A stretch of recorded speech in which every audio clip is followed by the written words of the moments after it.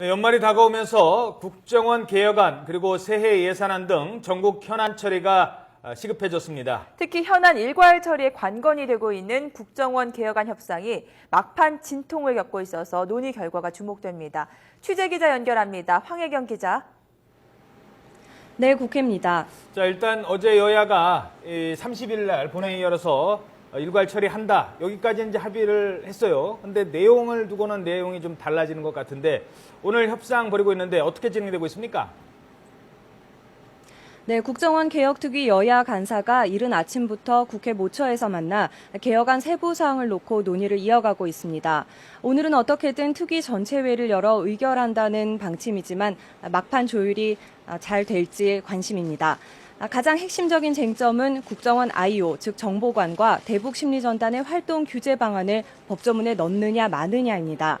새누리당은 국정원 내부 규정을 강화하는 것으로 충분하다는 입장이지만 민주당은 관련법을 개정해 법조문으로 확실히 규정해야 한다며 맞서왔습니다. 하지만 어제 여야 원내대표 등이 모인 육자회동에서 새누리당이 법제화를 적극 검토하겠다는 전향적인 입장을 밝혀 오늘 협상에서 진전이 있을 거란 기대가 나오고 있습니다.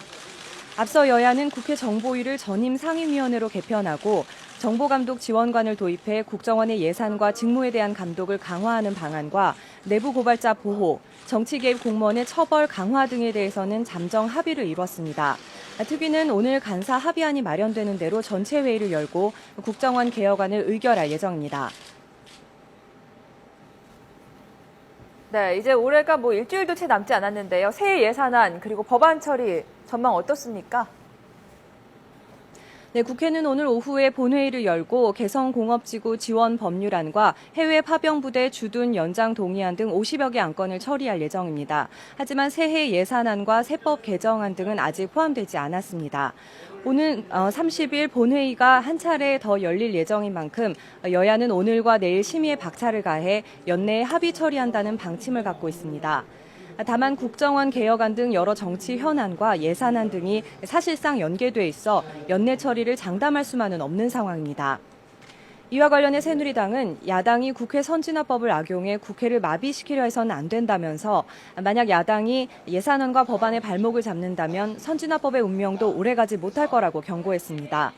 최경환 원내대표는 곳곳에 지뢰밭이 있어 12월 임시국회를 무난히 끝나는데 큰 고비가 있을 것으로 예상된다면서 국회가 진영 논리나 정치 쟁점에 휘둘린다면 국민의 따가운 질책을 받을 수밖에 없다고 강조했습니다. 민주당도 안녕하시냐는 국민의 물음에 응답하는 국회가 되기 위해서는 새누리당의 태도 전환이 필요하다고 공세를 폈습니다. 전병헌 원내대표는 국정원 개혁안과 민생 예산 등에서 새누리당의 비타협적 태도 때문에 막바지 고비가 예상된다면서 상황을 파국으로 몰지 말고 민주주의와 민생을 살리는 국회를 만드는 데 동참하라고 촉구했습니다.